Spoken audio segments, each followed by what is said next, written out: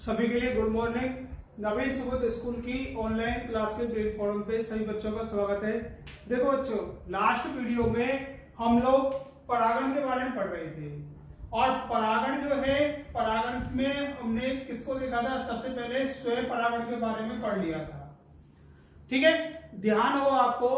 तो स्वयं परागण जो है, स्वयं परागण के अंदर स्वयं परागण के हमने देखा था कि स्वयं परागण किसे कहेंगे, प्लस स्वयं परागण के अनुकूलन कौन कौन से हैं, और तीसरा स्वयं परागण के कितने प्रकार होते हैं, ये हमने पढ़ा था। अब हम लोग दूसरा देख रहे हैं स्वयं परागण के बाद में पर परागण। पर परागण का पर परागण किसे कहते हैं? पर परागण कहते हैं कि जब एक पादप के, ध्यान से सुनना, जैसे ये एक पादप है और ये इसके अंदर पुष्प खिल रहे हैं, ठीक है, और ये दूसरा पादप,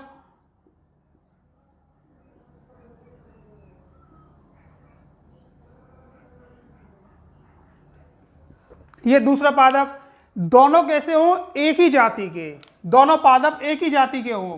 कि जब एक पादप के पुष्प के परागकण किसी भी माध्यम से जब दूसरे पादप के पुष्प की वर्तिकाग्र पर गिरते हो, ध्यान से सुनना, जब एक पादप के किसी पुष्प के परागकण उसी जाति के दूसरा जो पादप होता है उसके किसी पुष्प की वर्तिकाग्र पर जब गिरते हो तो इसी घटना को हम क्या बोलते हैं?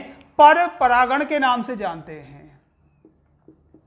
यही क्रिया क्रॉस पॉलिनेशन या जीनोगेमी कहलाती है। ठीक है, पर परागण जो होता है ना, पर परागण में हमेशा ध्यान रखना, इसमें पादप जो होगा या तो एक लिंगी होगा, या तो एक लिंगी पादप जो होते हैं वो होंगे, अथवा द्विलिंगी पादप, दोनों हो सकते हैं। अब समस्या ये है, चलो एक लिंगी पादप में तो पर परागण की घटना होगी, लेकिन यदि पादप कैसा है? द्विलिंगी है, पुष्प कैसा है? द्विलिंगी है, तो उसके अंदर हमने पढ़ा था कि स्वयं परागण तो होता ही है, लेकिन जब हम इसके अनुकूलन पढ़ेंगे पर परागण के, तब हमें पता चलेगा कि किन द्विलिंगी पुष्पों के अंदर पर परागण की घटना होती है। ठीक है, पर परागण की घटना किन के अंदर होती है वो हम आगे चल के पढ़ेंगे। तो ये पर परागण की परिभाषा हो गई क्या? कि जब एक पादप के पुष्प के परागकण, ये एक पादप है, इसके किसी पुष्प के परागकण किसी भी माध्यम से जब दूसरे पादप के पुष्प की वर्तिकाग्र पर गिरते हैं तो इसे ही हम क्या बोलते हैं? पर परागण। लेकिन ध्यान रखना, पर परागण में पादप जो हैं वो एक ही जाति के होने चाहिए, एक ही जाति के। अच्छा, पर परागण में क्या होता है? ये एक ऐसा परागण होता है जिसमें जेनेटिक रिकॉम्बिनेशन की घटना पाई जाती है, अर्थात आनुवांशिक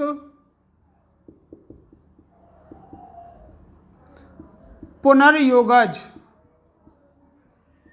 या जेनेटिक रिकॉम्बिनेशन। ये एक ऐसा परागण होता है जिसके अंदर जेनेटिक रिकॉम्बिनेशन की घटना पाई जाती है। अब सुनो, जेनेटिक रिकॉम्बिनेशन, ये शब्द आपको जेनेटिक्स के अंदर आएगा, जो आपका 5वां चैप्टर है ना, वहां पे आपको जेनेटिक रिकॉम्बिनेशन की घटना पढ़ने के लिए मिलेगी।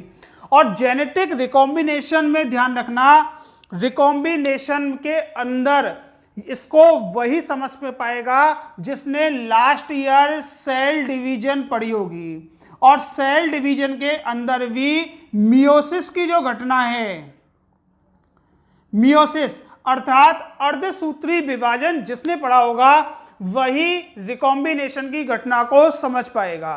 क्योंकि मियोसिस में क्या होता है? प्रोफेज फर्स्ट जो होता है इसकी एक अवस्था होती है पैकाइटिन। प्रोफेज फर्स्ट की एक उप अवस्था होती है पैकाइटिन। जिन बच्चों ने सेल डिवीजन पढ़ा है उनको पता होगा कि मियोसिस जो होता है उसके अंदर फर्स्ट और सेकंड दो प्रकार से होगा। तो फर्स्ट में प्रोफेज फर्स्ट की पैकाइटिन उप अवस्था जो होती है उसमें क्रॉसिंग ओवर की क्रिया होगी। उसमें क्या होगी? क्रॉसिंग ओवर की क्रिया। और रिकॉम्बिनेशन के लिए ये क्रॉसिंग ओवर क्या होगा? जिम्मेदार होगा। क्रॉसिंग ओवर क्या है? दो समजात गुणसूत्रों का क्रॉस होना, जो आपके किसमें है? विभाजन वाले चैप्टर में है, जो लास्ट ईयर 11th क्लास में पढ़ा भी होगा।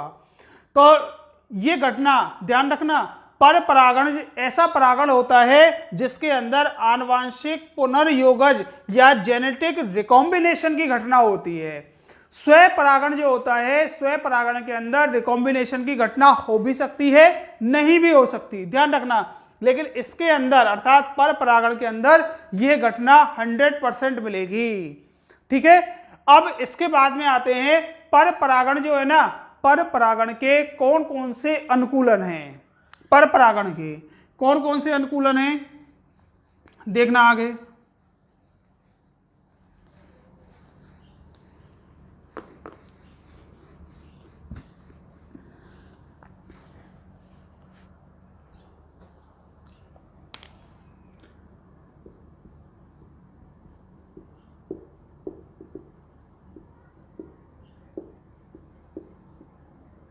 पर परागण के अनुकूलन वही है, कॉन्ट्रीवेंस नाम से आ जाएगा या एडेप्टेशन के नाम से आ जाएगा। कि क्वेश्चन ये आएगा कि किन पादपों में या किन पुष्पों के अंदर पर परागण की घटना हो सकती है।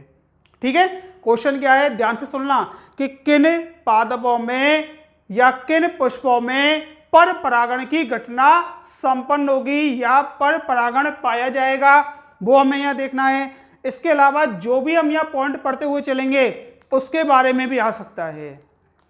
तो सबसे पहले हम लोग ये देख रहे हैं कि पर परागण में सबसे पहला अनुकूलन आता है एक लिंगिता।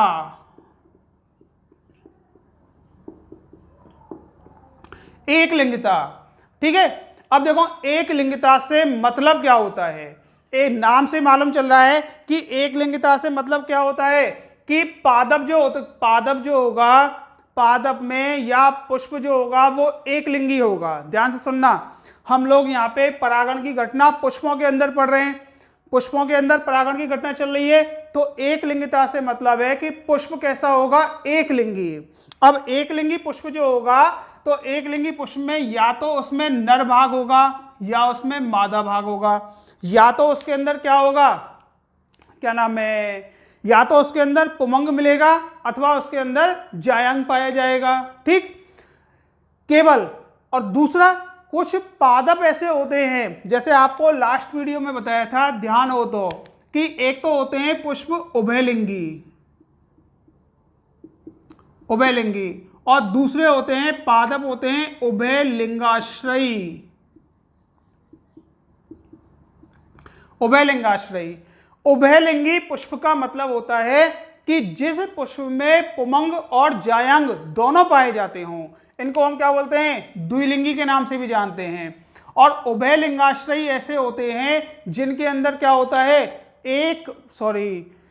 दोनों प्रकार के पादप पे दोनों प्रकार के क्या मिलते हैं, पुष्प मिलते हैं। ठीक है, तो यहां ध्यान देना, एक लिंगिता से मतलब क्या होता है, एक लिंगिता से मतलब होता है कि जिन पादपों के पुष्प एक लिंगी होते हैं, एक लिंगी, या तो वो नर पुष्प हो या मादा पुष्प हो, तो उन पादपों में या उन पुष्पों के अंदर हमेशा क्या होता है, पर परागण की घटना होती है।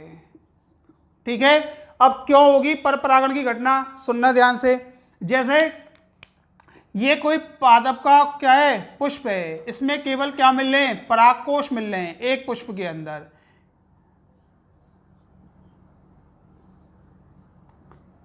ठीक, अब परागकोश से परागकण जब भी निकलेंगे, परागकोश से परागकण निकलेंगे, इसमें जायंग वाला भाग है ही नहीं है।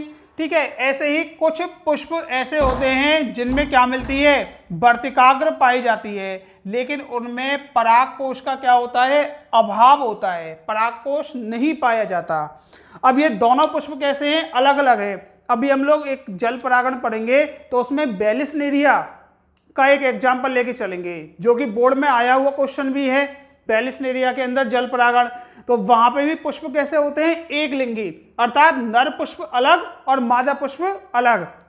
जैसे मानव होता है, मानव कैसा होता है, एक लिंगी प्राणी होता है, लेकिन उसमें लैंगिक द्विरूपता पाई जाती है। मानव के अंदर, अर्थात नर प्राणी अलग होते हैं, मादा प्राणी अलग होंगे, दोनों के लक्षण क्या होते हैं, अलग अलग होते हैं। तो पहला पॉइंट शायद आ गया होगा समझ में, कौन सा है, एक लिंगता। एक लिंगता का मतलब जब पुष्प केवल और केवल कितना हो, एक लिंगी हो, या तो उसमें नर पुष्प हो अथवा उसमें मादा पुष्प हो, तो ऐसे पौधों के अंदर क्या मिलेंगे, हमेशा क्या मिलता है, पर परागण पाया जाता है। अब एक लिंगता के आधार पे पादपों को हम दो भागों में बांट के चल रहे हैं, या पुष्पों को हम दो भागों में बांट के चल रहे हैं। जैसे पहला है इसमें मोनोसियस और दूसरा है डायोसियस। मोनोसियस और डायोसियस। मोनोसियस का मतलब क्या होता है, मोनोसियस का मतलब होता है कि जब एक ही पादप पर दोनों प्रकार के पुष्प हों, जब एक ही पादप पर दोनों प्रकार से मतलब है कि नर पुष्प और मादा पुष्प उपस्थित होते हों, ठीक है, जब एक ही पादप पे नर पुष्प और मादा पुष्प दोनों ही पाए जाते हों, ठीक, तो ऐसे पादप को या इन पुष्पों को हम क्या बोलते हैं, मोनोसियस के नाम से जानते हैं। अब डायोसियस का मतलब क्या होता है, डायोसियस कहते हैं कि जब नर पुष्प और मादा पुष्प ये दोनों अलग अलग पादपों पे पाए जाते हों, नर पुष्प और मादा पुष्प जो हैं ये किस पे पाए जाते हो, अलग अलग पौधों पे पाए जाते हो, मतलब दोनों प्रकार के जो पुष्प हैं वो अलग अलग पादपों पे मिले। जैसे कि सबसे अच्छा एग्जाम्पल है इसका पपीता, आपने देखा होगा पपीता या कैनावेस, ठीक है, ये इसके एग्जाम्पल हैं। पपीता सबने देखा है, पपीता कैसा होता है, डायोसियस होता है, नर पुष्प अलग पादप पे होंगे, मादा पुष्प अलग पादप पे होंगे, जबकि एक ही पादप पे दोनों प्रकार के पुष्प उपस्थित हो। ऐसा कौन सा है, सबसे बेस्ट एग्जाम्पल है मक्का। मक्का में क्या होता है, मक्का के अंदर वायु परागण की घटना होती है, ध्यान से सुनना, मक्का जो होता है, मक्का में वायु परागण की घटना होती है, और वायु परागण की घटना कैसे होगी इसका हम इसी चैप्टर में और इसी पर परागण के अंदर हम लोग वर्णन करेंगे, कहीं अलग से नहीं पढ़ेंगे, इसी में आएगा। मक्का के अंदर वायु परागण या मक्का के अंदर परागण की घटना को समझाइए किस प्रकार से होगा, क्योंकि ये आपके प्रैक्टिकल में भी आएगा, ध्यान से सुनना, प्रैक्टिकल में भी आएगा और हो सकता है क्वेश्चन के रूप में भी आ जाए। मक्का के अंदर परागण की घटना या वायु परागण की घटना को समझाइए। तो एक लिंगिता शायद आ गई होगी समझ में कि यदि पादप के पुष्प एक लिंगी हो तो उनमें हमेशा क्या होता है, पर परागण होगा। ये चीज ध्यान रखना, सीधा सा ध्यान है, सीधा सा, कि एक लिंगिता मतलब एक लिंगी पुष्प का होना। अब एक लिंगी पुष्प यदि वो एक ही पादप पे दोनों प्रकार के पुष्प मिल रहे हैं, नर पुष्प भी और मादा पुष्प भी, तो ऐसे पादप जो होंगे वो क्या कहलाएंगे, मोनोसियस कहलाएंगे। और यदि नर पुष्प और मादा पुष्प दोनों अलग अलग पादपों पे मिल रहे हों तो ऐसे क्या कहलाएंगे, डायोसियस कहलाते हैं। ठीक है, पहला पॉइंट शायद आ गया होगा समझ में। दूसरा पॉइंट कौन सा है, दूसरा देखते हैं।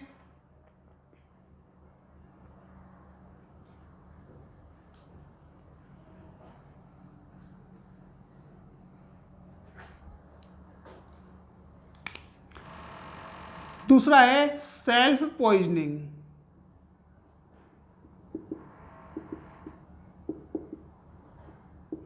या इसको बोलते हैं स्वय दूषण। स्वय दूषण, देखो सेल्फ पॉइजनिंग क्या होती है, स्वय दूषण क्या होता है कि कुछ पौधे ऐसे होते हैं जैसे सेब या आर्किड्स, ठीक है, कुछ पौधे ऐसे होते हैं जिनमें जब उनके, और ये पादप देखना, ध्यान से देखना, ये पादप एक लिंगी हैं या द्विलिंगी हैं।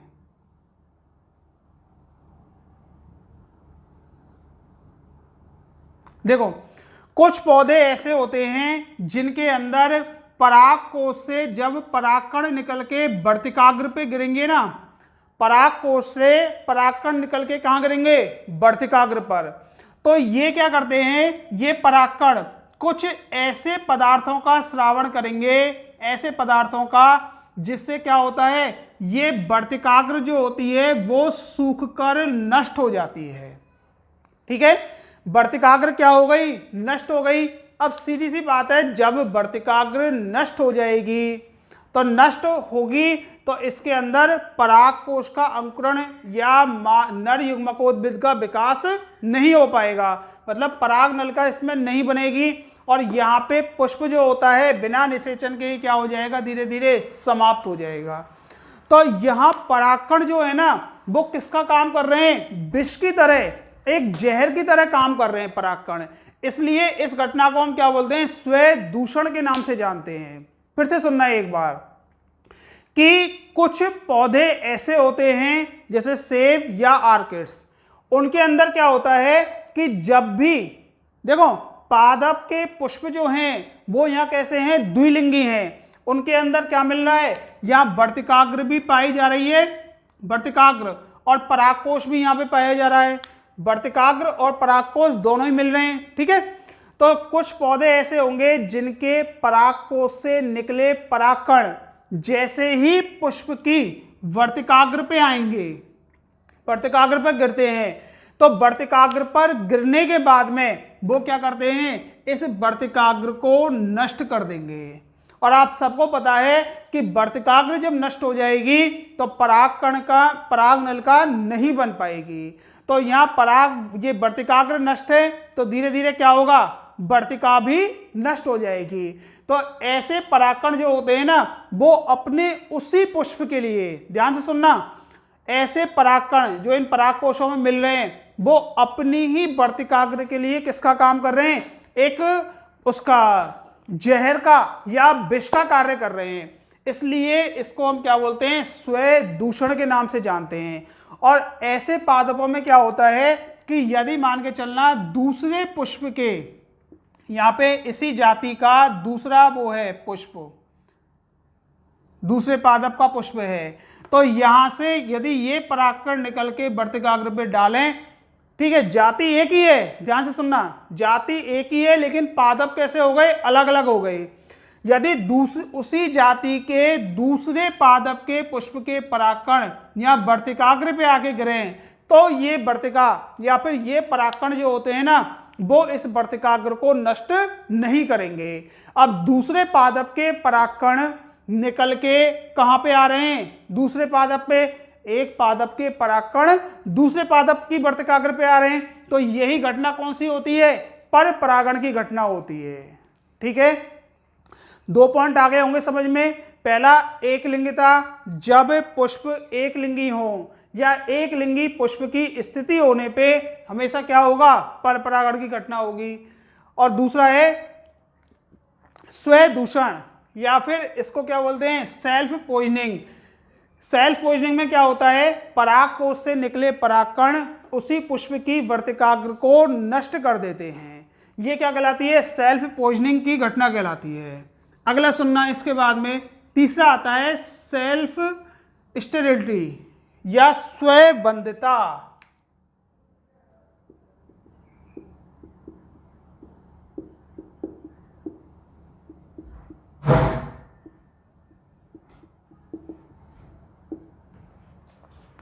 स्वबंधिता, ठीक है, स्वबंधिता। देखो सबसे पहले एक शब्द हम यहां देख रहे हैं, ये 2 शब्द हैं, एक तो होता है बंध, बंध है, बंध का मतलब ये मत समझना बंद से, ये नहीं, एक तो होता है बंध और एक होता है जनद या फर्टाइल। इसको क्या बोलते हैं, इसको तो बोलते हैं स्टेराइल, और एक होता है फर्टाइल। ठीक है, 2 शब्द हैं हमारे पास, एक तो स्टेराइल और एक होता है फर्टाइल। स्टेराइल का मतलब क्या होता है, स्टेराइल को हम हिंदी में बोलते हैं, इसको हिंदी में बोल सकते हैं नपुंसक, नपुंसक। ठीक है, अर्थात वे जीव जिनके अंदर युग्मकों का निर्माण नहीं हो, या युग्मक तो बन जाए लेकिन युग्मक उनके विकसित नहीं हो पाए, उनका विकास नहीं हो पाए, तो ऐसे जो जीव होते हैं ना वो कहलाते हैं बंधे। ठीक है, मनुष्य के लिए ज्यादातर तौर पे बांझ शब्द का प्रयोग करते हैं या नपुंसक शब्द का प्रयोग करते हैं। इसका मतलब यही है कि युग्मकों का निर्माण ना होना, और यदि युग्मक निर्मित हो भी जाएं तो वो क्या नहीं होना, एक्टिव नहीं होना। तो ऐसे जीव जो होते हैं ना वो कहलाते हैं स्टेराइल कहलाते हैं। इनके युग्मक या तो निर्मित नहीं होंगे, और निर्मित हुए भी तो उनमें इतनी क्षमता नहीं होती है कि वो अंडाणु को भेज सकें। तो ऐसे जो जीव होते हैं वो कहलाते हैं स्टेराइल। दूसरे होते हैं फर्टाइल।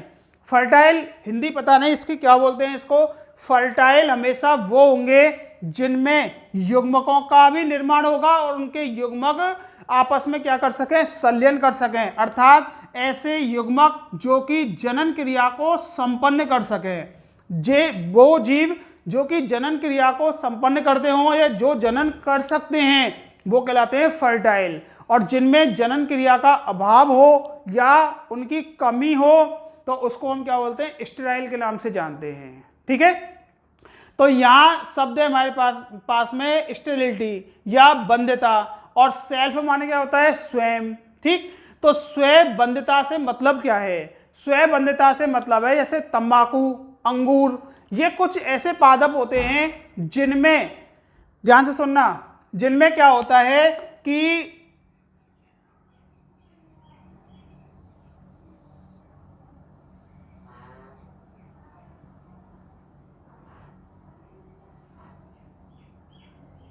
इनके अंदर क्या होता है कि इनके पराग कण जो होते हैं, पराग कोश से निकले पराग कण जो होंगे वो अपनी ही वर्तिकाग्र पे क्या नहीं होंगे, अंकुरित नहीं होते हैं।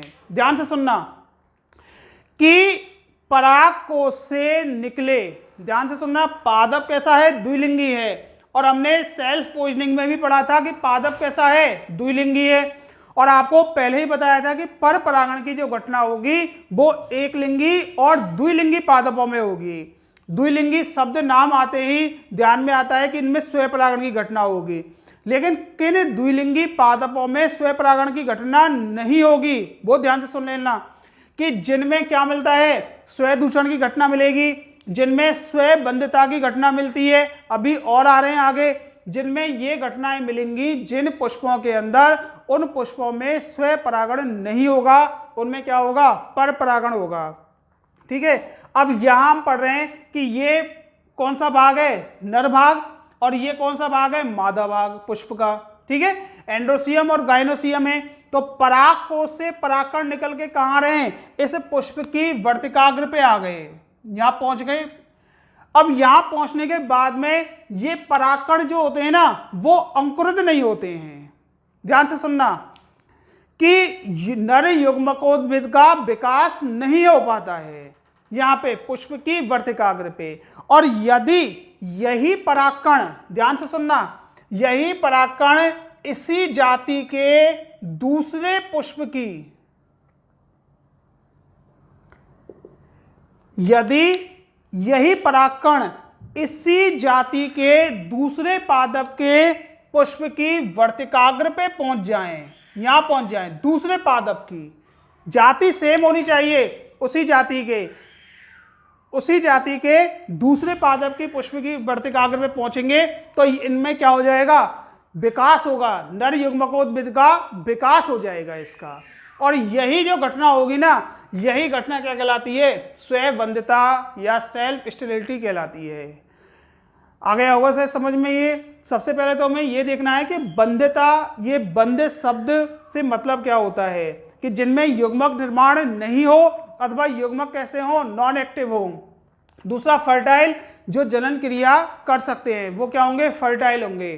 तो कुछ पादप ऐसे होते हैं जैसे अंगूर या तंबाकू, इनके अंदर क्या होता है कि एक पुष्प जो होता है, एक पुष्प के परागकण उसी पुष्प की वर्तिकाग्र पर जब गिरते हैं तो ये अंकुरित नहीं हो पाते हैं या नर युग्मकोद्भिद का विकास नहीं कर पाते हैं। और यदि यही परागकण इसी जाति के दूसरे पादप के पुष्प की वर्तिकाग्र पर गिरें तो वहां ये क्या हो जाएंगे, अंकुरित हो जाते हैं। ठीक है, अंकुरित हो जाते हैं। यही घटना क्या कहलाती है? स्वबंधिता, मतलब अपनी ही वर्तिकाग्र पे अंकुरित नहीं होना, अपनी ही वर्तिकाग्र पे। और ये घटना क्या कहलाएगी? स्वबंधिता के नाम से जानी जाती है। शायद आ गया होगा ये यहाँ तक समझ में। तो 3 पॉइंट हो गए हमारे, कौन कौन से? सेल्फ पॉइजनिंग, सेल्फ स्टेरिलिटी और एक लिंगिता। ठीक, अगले है एक एग्जाम्पल है पिटूनिया एक्जिलेरिस। एक नोट डाल के लिख लेना, आपके लिए जो पीडीएफ मिलेगी ना, पीडीएफ जो मिलेगी उसमें स्वबंधिता जहां लिख रही हो वहां पे एक नोट डाल के लिख लेना, पिटूनिया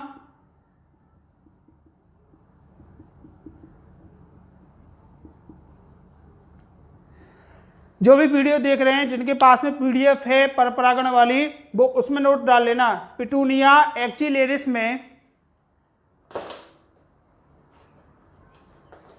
पिटूनिया एक्जिलेरिस में परागकण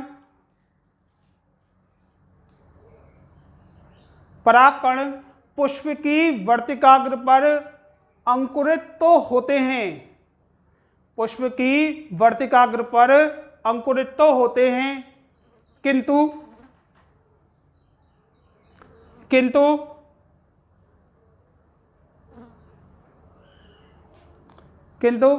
पराग नलिका का निर्माण नहीं होता है, किंतु पराग नलिका का निर्माण नहीं होता है, नहीं होता है। ठीक है, देखो कैसे, ध्यान से देखना। जैसे मान के चलना है ये पिटूनिया एक्जिलेरिस पादप जो है, और पिटूनिया एक्जिलेरिस को अंडरलाइन जरूर कर लेना। पिटूनिया एक्जिलेरिस के पादप के ये जायांग और ये क्या हो गए? पुमंग वाले भाग हो गए। जैसे ही यहाँ पे ये परागकण निकल के वर्तिकाग्र पे पहुंचे तो ये क्या होंगे? अंकुरित तो हो जाएंगे, मतलब इनमें परागकण में कहीं से क्या निकलेगी? थोड़ी सी अतिवृद्धि तो निकलेगी, और यहाँ केंद्रक का भी क्या होगा? विभाजन। परंतु पराग नलिका जो इसको भेदती हुई निकलेगी नीचे की ओर, इसका निर्माण नहीं होगा। और पराग नलिका का निर्माण नहीं हो तो इसका मतलब क्या होगा? ऐसा पादप क्या होगा? बंध्य ही होगा, ऐसा पादप बंध्य ही होगा। तो इसलिए इसको किस में रखा है? स्वबंधिता में रखा है। फिर से सुन लेना, पिटूनिया एक्जिलेरिस के अंदर क्या होगा कि परागकण परागकोश से निकल के उसी पुष्प की वर्तिकाग्र पर आएंगे, और वर्तिकाग्र पर गिरने के बाद में वो अंकुरित होंगे, और अंकुरित होने के बाद में इनमें पराग नलिका ये निर्मित नहीं होगी, और यदि पराग नलिका निर्मित नहीं हो रही है तो वो निषेचन क्रिया नहीं कर पाएंगे। ठीक है, बंध्यता में आपको लिए बताया था ना कि या व्यक्ति जो होता है वो जनन योग्य नहीं होता है, या जीव जो होता है वो जनन योग्य नहीं होगा। इसमें या तो युग्मक बनेंगे ही नहीं, और यदि युग्मक बन रहे हैं तो वो एक्टिव नहीं होते हैं, नॉन एक्टिव होते हैं, उनमें इतनी क्षमता नहीं होती है कि वो अंडाणु के साथ में निषेचन क्रिया को संपन्न कर सके। तो ऐसे जीव जो होंगे वो बंध्य कहलाएंगे। तो ऐसे ही किसके साथ में हो रहा है? पिटूनिया एक्जिलेरिस के साथ में, कि इसमें परागकण तो बन रहे हैं, और परागकण कहाँ आ रहे हैं? वर्तिकाग्र पे आ रहे हैं, और वो अंकुरित भी हो रहे हैं, लेकिन वो निषेचन योग्य नहीं होते, मतलब पराग नलिका उनमें नहीं बन रही है। ठीक है, ये आ गया समझ में। तो ये आपके 3 पॉइंट हो गए। 3 पॉइंट कौन कौन से? फिर सुन लेना, एक लिंगिता, ठीक है, दूसरा है स्वदूषण जो कि सेब आर्किड्स के अंदर होता है, तीसरा कौन सा हो गया? स्वबंध्यता जो कि अंगूर, तंबाकू, मालवा, इन पादपों के इसके एग्जाम्पल और लिख दें। स्वबंध्यता के एग्जाम्पल अंगूर, तंबाकू, मालवा आदि। ठीक है, स्वदूषण के हो गए सेब, आर्किड्स आदि, ये इनके एग्जाम्पल हो गए। तो 3 पॉइंट यहाँ पे हो गए। चौथा पॉइंट है, एक आपने स्व परागण के अंदर पढ़ा था समकाल परिपक्वता, होमोगेमी के नाम से पढ़ा था, समकाल परिपक्वता के नाम से।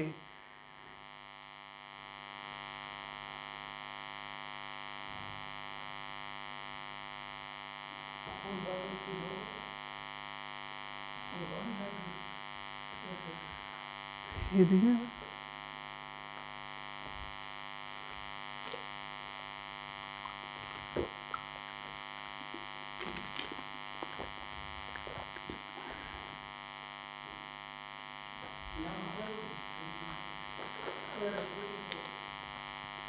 देखो स्वयं परागण के अंदर पढ़ा था समकाल परिपक्वता के नाम से, ठीक है, होमोगेमी के नाम से एक अनुकूलन पढ़ा था।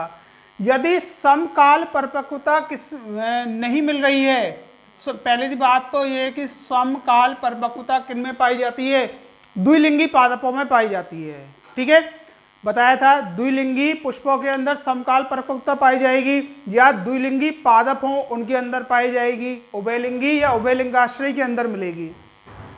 समकाल परिपक्वता यदि है तो स्वपरागण, ठीक, और यदि ये नहीं मिल रही है समकाल परिपक्वता तो कौन सा परागण होगा, पर परागण। तो इसको हम बोलेंगे विषम काल परिपक्वता,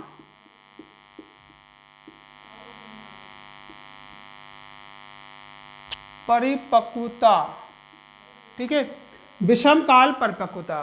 देखो विषम काल परिपक्वता नाम से मालूम चल रही है कि परिपक्वन कैसा हो, अलग अलग समय पे हो। परिपक्वन का काल माने क्या होता है, समय, परिपक्वता का मतलब परिपक्वन। जब परिपक्वन का समय कैसा हो, अलग अलग हो, तो उसे ही हम क्या बोलते हैं, विषम काल परिपक्वता के नाम से जानते हैं, विषम काल परिपक्वता। एक इसका दूसरा नाम और मिल जाता है कभी कभी आपको, भिन्न काल परिपक्वता, भिन्न काल परिपक्वता, ठीक है, ये भी बोलते हैं। एक और नाम मिल जाता है इसका डाइकोगेमी, ये भी इसका नाम मिल जाएगा। तो भिन्न काल परिपक्वता, विषम काल परिपक्वता अथवा डाइकोगेमी क्या होता है, ध्यान से सुनना, कि जब किसी द्विलिंगी पुष्प के अंदर, द्विलिंगी पुष्प में पुमंग और जायांग, एंड्रोसियम और गाइनोसियम, इन दोनों के परिपक्वन का समय कैसा हो, अलग अलग हो। दोनों के परिपक्वन का समय यदि अलग अलग हो तो इसी को हम क्या बोलते हैं, डाइकोगेमी या भिन्न काल परिपक्वता के नाम से जानते हैं। अब देखो कोई इसका वो नहीं है पुष्प के अंदर कि पहले पुमंग, कोई कंडीशन ऐसी नहीं है कि पहले पुमंग परिपक्व हो, या ऐसी कोई कंडीशन नहीं है कि पहले जायांग परिपक्व हो। अब ये जातियों के अनुसार कैसी है, अलग अलग है जातियों के अनुसार। यदि मान के चलना कि किसी जाति के अंदर, जैसे कंपोजिटी आती है, कंपोजिटी और सोलेनेसी कुल, ध्यान से सुनना, इसके पुमंग, देखो यदि हम मान के चल रहे हैं कि पुमंग पहले परिपक्व हो रहा है, किसी द्विलिंगी पुष्प के अंदर पुमंग पहले परिपक्व हो रहा है, जायांग जो है वो कुछ दिनों के बाद में परिपक्व हो रही है, तो ऐसे पुष्प जो होते हैं ना, इनको हम बोलते हैं प्रोटेंड्री, ठीक है, या इसको हम बोलते हैं पुम पूर्वता, पुम पूर्वता, शायद ऐसे ही लिखेंगे हिंदी में, पता नहीं, प्रोटेंड्री, इनको बोलेंगे हम प्रोटेंड्री। यदि प्रोटेंड्री किससे बोलते हैं कि जब द्विलिंगी पुष्प में, जब द्विलिंगी पुष्प में पुमंग पहले परिपक्व होता हो,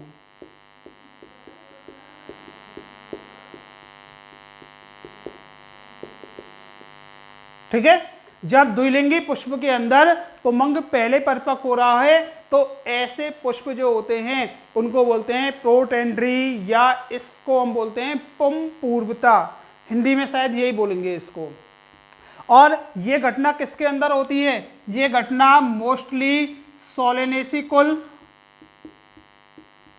सोलेनेसी और कंपोजिटी, कंपोजिटी कुल और सोलेनेसी कुल के जो पादप है ना, उनके अंदर यह घटना संपन्न होती है मोस्टली, ठीक है। कौन सी घटना, पुमंग के पहले, पुमंग जो है उसका जायांग से पहले परिपक्व होना। दूसरा है कि कुछ पुष्प ऐसे होते हैं जिनमें जायांग पहले परिपक्व होता है। ध्यान से सुनना, कुछ पुष्प ऐसे हैं जिनमें जायांग पहले परिपक्व होगा, और ऐसे पुष्पों के एग्जाम्पल देखना, इनके एग्जाम्पल कौन कौन से हैं? ब्रैसिकेसी,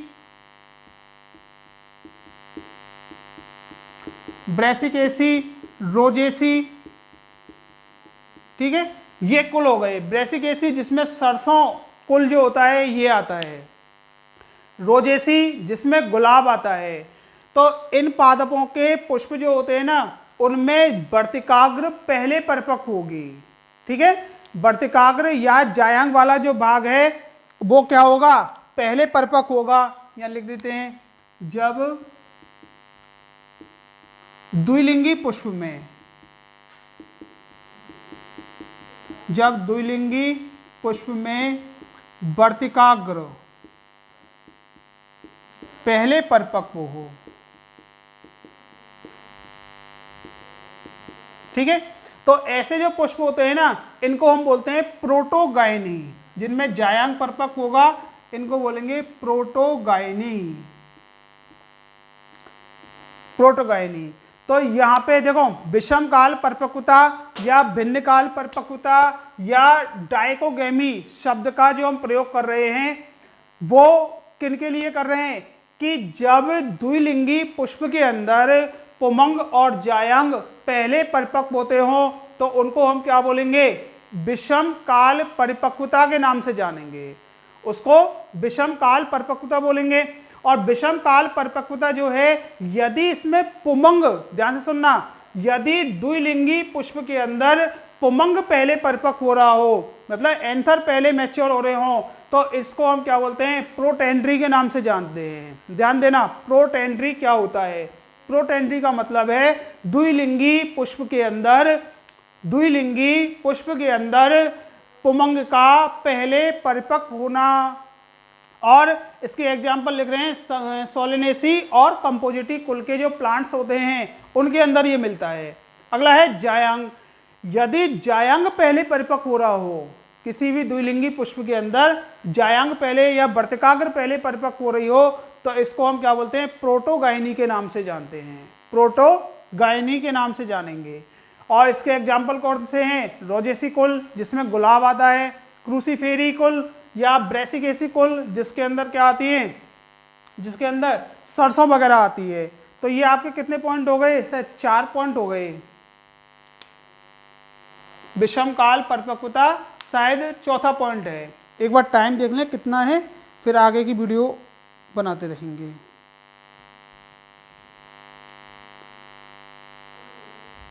अभी है टाइम। देखो अगला है इसके बाद में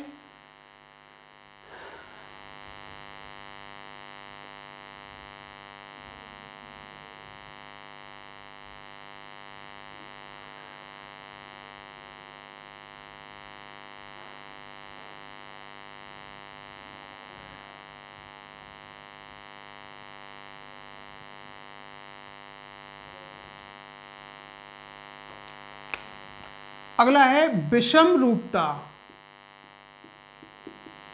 विषम रूपता, विषम रूपता से देखो मतलब क्या है? किसी, यहाँ पे हम पढ़ रहे हैं द्विलिंगी पुष्पों के बारे में, ठीक है। एक लिंगी पुष्पों के बारे में तो पहले पढ़ लिया, पर परागण के अनुकूलनों में सबसे पहले हम एक लिंगी पुष्पों को लेके चले थे। उसके बाद में जितने भी पॉइंट्स आ रहे हैं वो सब द्विलिंगी के लिए है।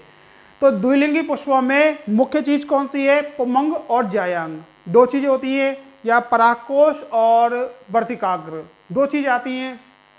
अब विषम रूपता से मतलब क्या होता है? विषम रूपता से मतलब होता है कि यदि, ध्यान से सुनना, कि या तो जायांग जो होगा, ठीक है, या वर्तिकाग्र जो होगी वो कैसी होगी? अलग अलग होगी।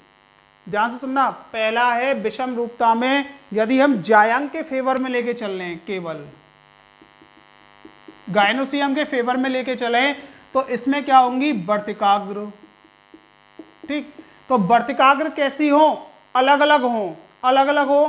तो ये वर्तिकाग्रों की स्थिति कौन सी कहलाएगी? विषम वर्तिकात्व कहलाती है, विषम वर्तिकात्व। ठीक है, पहली कंडीशन विषम हो गई, विषम वर्तिकात्व, या इसको बोलते हैं हेट्रोगायनी के नाम से भी जानते हैं, या हेट्रोस्टाइली के नाम से भी इसको जानते हैं, हेट्रोस्टाइली। ठीक, विषम वर्तिका, देखो वर्तिका क्या बोलते हैं? स्टाइल को बोलते हैं, स्टिग्मा किसे बोलते हैं? वर्तिकाग्र को बोलते हैं। तो विषम में क्या होंगी? वर्तिका अलग अलग होंगी, ध्यान से सुनना, वर्तिका विषम रूप में होती हैं। यदि किसी पुष्प के अंदर सॉरी, यदि किसी पुष्प के अंदर वर्तिकाग्र कैसी हो? अलग अलग हो, तो इसकी स्थिति को हम क्या बोलेंगे? विषम वर्तिकात्व के नाम से जानते हैं, या हेट्रोस्टाइली के नाम से जानते हैं। दूसरा आता है पुमंग के बारे में, और पुमंग में मुख्य भाग कौन सा है? परागकोश। ठीक है, अब परागकोश भी कैसे हो? अलग अलग हो, अलग अलग स्थिति पे हो, तो इसको हम बोलते हैं विषम परागकोश के नाम से जानते हैं। ठीक है, विषम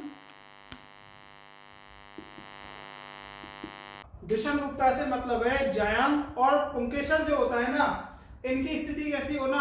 अलग अलग होना, संरचनात्मक नहीं लेकिन इनकी व्यवस्था अलग अलग होना।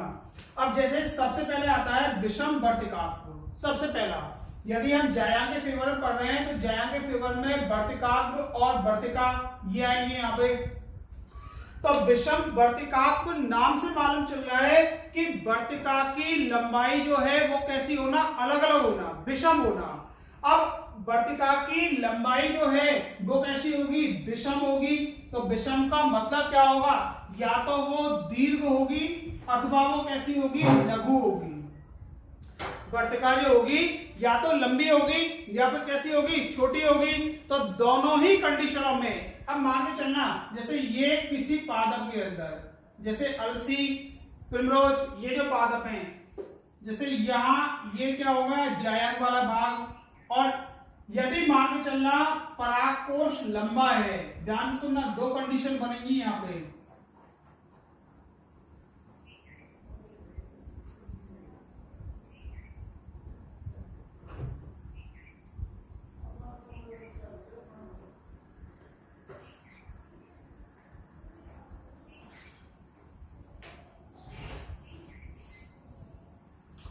यहाँ वर्तिकाग्र की या स्टाइल की दो कंडीशन आ रही हैं।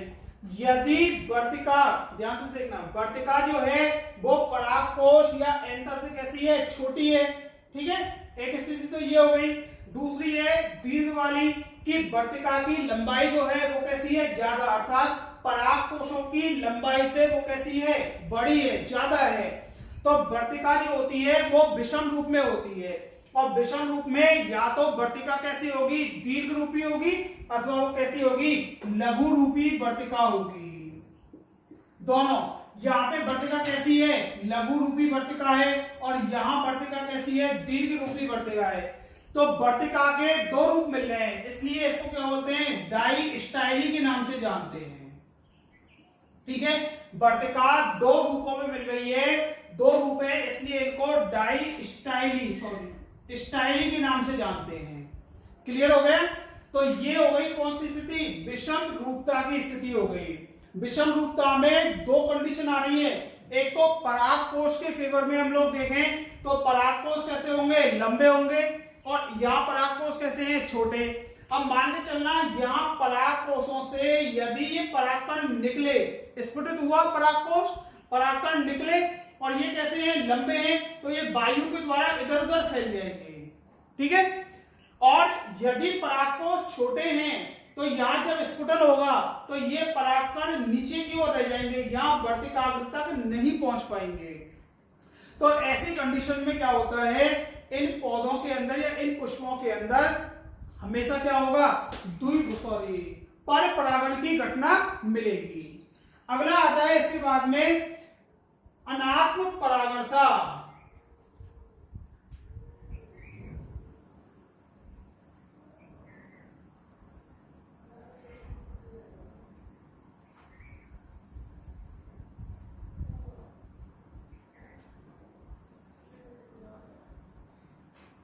अगला है स्वे अनिषेच्य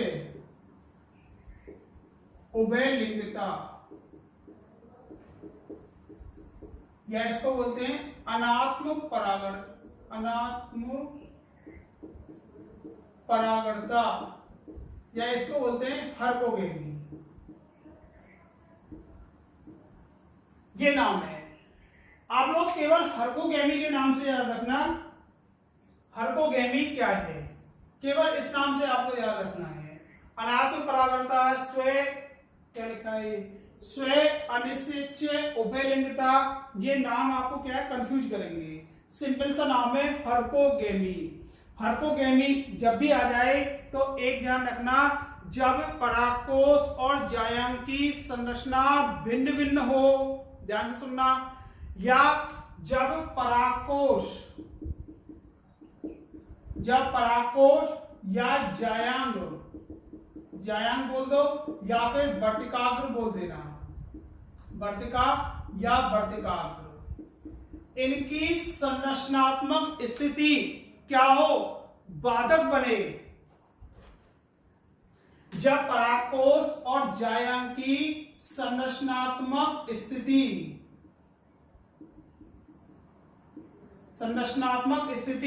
क्या उत्पन्न करती हो, अवरोध उत्पन्न करती हो, तो इसे ही हम क्या बोलेंगे, हर्कोगेमी के नाम से जानते हैं। कहने का मतलब है जब परागकोश और जायांग की संरचना इस प्रकार से हो जाए कि वो स्वयं परागण को अवरोधित करते हो, स्वयं परागण को नहीं होने दें किसी न किसी कारण से, तो इसको हम क्या बोलते हैं, हर्कोगेमी के नाम से जानते हैं। ठीक है, आगे होगा समझ में कि अनात्म परागणता या स्वयं अनिषेच्य उभयलिंगता। देखो उभयलिंगता से मतलब है जब पुष्प के अंदर पुमंग और जायांग दोनों पाए जाते हो। अनिषेच्यता से मतलब है निषेचन नहीं होने देना, ध्यान से सुनना। और स्वयं माने खुद ही स्वयं, जब पुष्प के खुद के ही भाग, ध्यान से सुनना, जब पुष्प के द्विलिंगी पुष्प के खुद के भाग, और खुद के कौन कौन से, परागकोश और जायांग वाला भाग, ये दोनों जब पुष्प के अंदर इस स्थिति में आ जाएं कि उनमें निषेचन नहीं हो या स्वयं परागण नहीं हो या परागण की घटना नहीं होने दें, तो इस स्थिति को हम क्या बोलते हैं, हर्कोगेमी के नाम से जानते हैं। ठीक है, अब हर्कोगेमी में सबसे अच्छा एग्जांपल है इसका कैरियोफिलस का। कैरियोफिलस, कैरियोफिलस ये आपने शायद पहले ही पढ़ा होगा, 11वीं क्लास में भी इस कैरियोफिलस का नाम सुना होगा। कैरियोफिलेसी कुल के जो पादप हैं इनके अंदर, तो कैरियोफिलस में क्या होता है कि वर्तिकाग्र की लंबाई जो होती है वो इतनी ज्यादा हो जाती है कि वहां तक परागकण नहीं पहुंच पाते हैं। ठीक है, एक बार मार्कर से निकल लूं, देखो कैरियोफिलस में क्या होता है, वर्तिकाग्र जो होती है, वर्तिकाग्र की लंबाई कैसी होती है, अधिक हो जाती है। ठीक, अब वर्तिकाग्र की लंबाई अधिक होना, ये जायांग की क्या है, संरचनात्मक स्थिति बदल गई। परागकोश भी है इसके अंदर और वर्तिकाग्र भी है इसके अंदर, जायांग भी है, लेकिन परागकोश की तुलना में जायांग वाला भाग कैसा होता गया, ऊपर की ओर बढ़ता हुआ गया, लंबा होता गया, अर्थात परागकोश कहां रह गए, नीचे की ओर रह गए। ठीक है, परागकोश नीचे की ओर रह गए, तो ऐसी कंडीशन में परागकण, देखो ये स्थिति रह जाती है,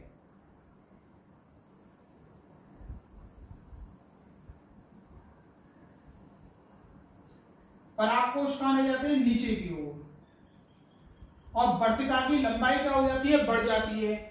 अब जब भी इन परागकणों का बाहर निकलना होगा या परागकोश जब भी स्फुटित होगा और परागकण बाहर निकले, परागकण बाहर निकलने में क्या होगा, ये परागकण यहाँ पे नहीं पहुंच पाएंगे, पुष्प की वर्तिकाग्र पर नहीं पहुंच पाते हैं। अब पुष्प की वर्तिकाग्र पर जब ये परागकण नहीं पहुंच पाएंगे तो सीधी सी बात है कि इस पुष्प के अंदर परागण के लिए किसी अन्य पुष्प के या दूसरे पादप के पुष्प के परागकण ही आएंगे किसी न किसी माध्यम से, तो वो कौन सी घटना को संपन्न करेंगे, पर परागण की घटना को संपन्न करेंगे। अगला है इसके बाद में आर्किड्स और कैलाट्रोपस। आग का पौधा देखा होगा शायद।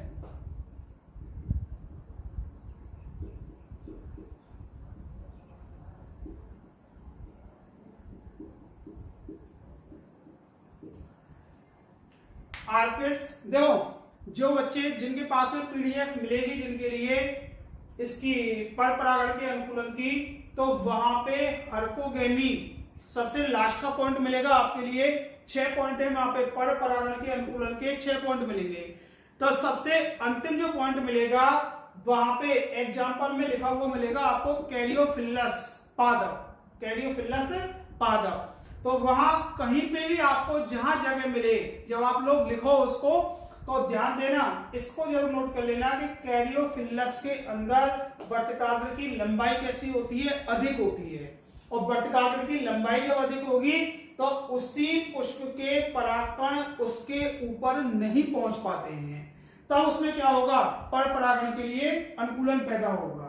ठीक है, तो इसको नोट कर लेना, वहां पे ऐसे लिखना कि कैरियोफिलस, कैरियोफिलस पादप में वर्तिकाग्र की लंबाई अधिक होती है, जिससे परागकण जो होते हैं वो वर्तिकाग्र पर नहीं पहुंच पाएंगे और उसमें कौन सी घटना होगी, पर परागण की घटना उसके अंदर पाई जाती है।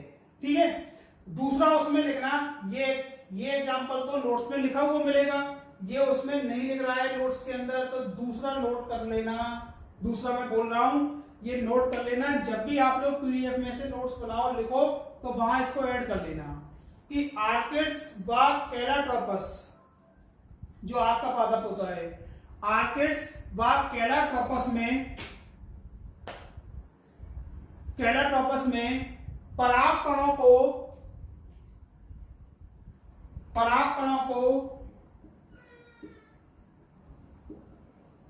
पॉलिनिया,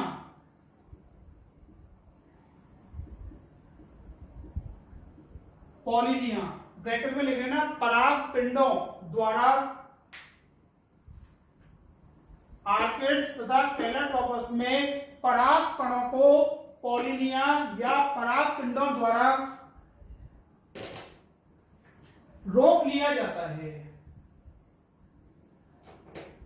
रोक लिया जाता है, रोक लिया जाता है तथा परागकणों का स्थानांतरण, तथा परागकणों का स्थानांतरण कीटों द्वारा होता है, परागकणों का स्थानांतरण कीटों द्वारा होता है।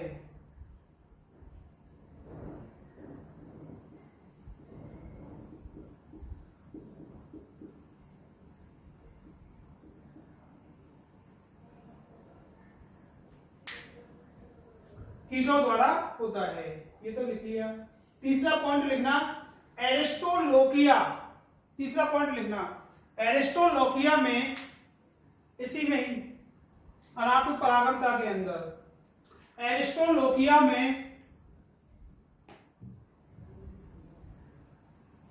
लोकिया में कोरोला मतलब दलपुंज, एरिस्टोलोकिया में कोरोला द्वारा, एरिस्टोलोकिया में कोरोला द्वारा स्वयं परागण को रोका जाता है, स्वयं परागण को रोका जाता है,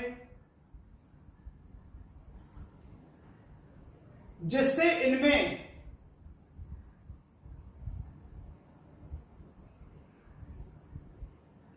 पर परागण होता है।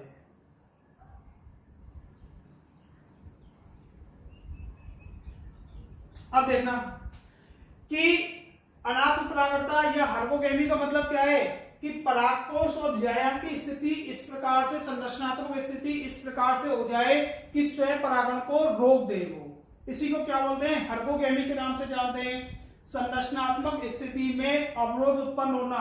ठीक है, अब कैरियोफिलस पादप जो हैं, कैरियोफिलस में क्या होता है, वर्तिकाग्र की लंबाई क्या हो जाती है, अधिक हो जाती है, तो वर्तिकाग्र की संरचना यहां बदल गई।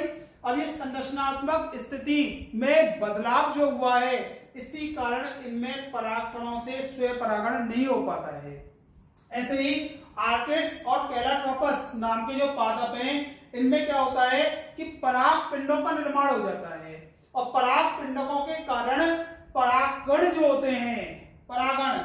कहाँ नहीं पहुंच पाते हैं, पुष्प की वर्तिकाग्र पर नहीं पहुंच पाते हैं, जिसके लिए कीटों की आवश्यकता होती है। तो उनमें क्या है, आर्किड्स, कैलाट्रोपस, ये आर्किड्स आप आगे भी पढ़ेंगे, कैलाट्रोपस ही पढ़ेंगे, इनमें कीटों के द्वारा परपरागण होगा फिर। और तीसरा है एरिस्टोलोकिया।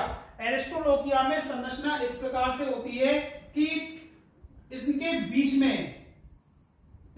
में क्या आ जाते हैं, दल आ जाते हैं, जो कोरोला है वो आ जाते हैं। अब यहाँ पे जब भी स्फुटित होगा तो कोरोला के कारण परागकण इस वर्तिकाग्र पर नहीं जा पाएंगे। ठीक है, तो ये एग्जांपल याद रखना, मोस्ट है एग्जांपल। ठीक है, आगे फ्यूचर के लिए, कंपटीशन के लिए अच्छे एग्जांपल हैं ये। तो ये 6 पॉइंट हो गए आपके, कौन से, जिनके अंदर पर परागण की घटना होगी, द्विलिंगी पुष्प या एक लिंगी पुष्प होते हुए भी। अब सुनो कौन कौन से हैं, कौन कौन से हमने पढ़े थे। सबसे पहला पढ़ा था, पहला स्वे अनिषेच्य उभयलिंगता या हर्कोगेमी। दूसरा हमने देखा है स्वे बंध्यता। तीसरा है स्वे दूषण।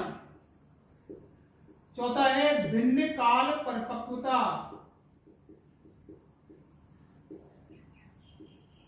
अगला है 5वां, कौन सा है, विषम वर्तिका या विषम रूपता। ठीक है, ये 6 पॉइंट ऐसे पॉइंट हैं जो जिस किसी भी द्विलिंगी पादप में पाए जाएंगे उनमें हमेशा कौन सी घटना होगी, पर परागण की घटना होगी। अब क्वेश्चन ध्यान से सुनना, मेरा क्वेश्चन क्या है कि किन द्विलिंगी पादपों के अंदर स्वयं परागण की घटना ना होके पर परागण की घटना होती है। ठीक है, तो उसका आंसर क्या है कि जिनके अंदर ये घटनाएं मिलती हैं, ठीक है, सारी नहीं, कोई भी एक घटना इनमें से मिलती हो, उन सभी द्विलिंगी पादपों के अंदर क्या होगा, पर परागण होगा। ठीक है, ये क्वेश्चन है कि किन पादपों में, किन पुष्पों के अंदर किन द्विलिंगी पुष्पों के अंदर स्वयं परागण ना होके पर परागण की घटना मिलेगी। या क्वेश्चन ऐसे भी आ सकता है, घुमा के दे सकता है कि किन पुष्पों के अंदर, किन द्विलिंगी पुष्पों के अंदर पर परागण होता है। ठीक है, पर परागण होता है। किसी एक घटना का वर्णन कीजिए, किसी एक घटना को आपको एक्सप्लेन करना है। ध्यान से सुन लेना, सीबीएसई बोर्ड पैटर्न पे आपके एग्जाम होंगे, राजस्थान बोर्ड पैटर्न जो है एग्जाम का उसको दिमाग में से निकाल देना, और उसमें क्वेश्चन जो आएंगे सीबीएसई बोर्ड पैटर्न में वो सीधे सीधे नहीं आएंगे कि सीधे सीधे दे दे, क्वेश्चन वही रहेंगे, उनको हल्का सा घुमा के देंगे, बस हल्का सा।